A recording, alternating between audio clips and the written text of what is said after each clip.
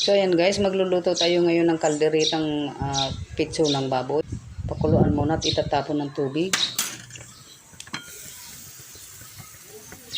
So ayan guys, nung malambot na ay dinagdagan ko na yan ng tubig para palambutin. At syempre magsasalang ako ngayon ng kanin para sabay na silang maluto. Para pagkatapos ay pwede nang kumain guys.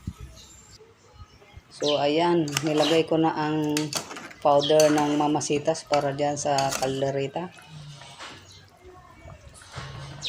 At ang mushroom at olive.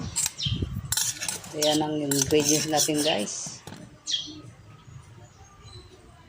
Para masarap ang lasa.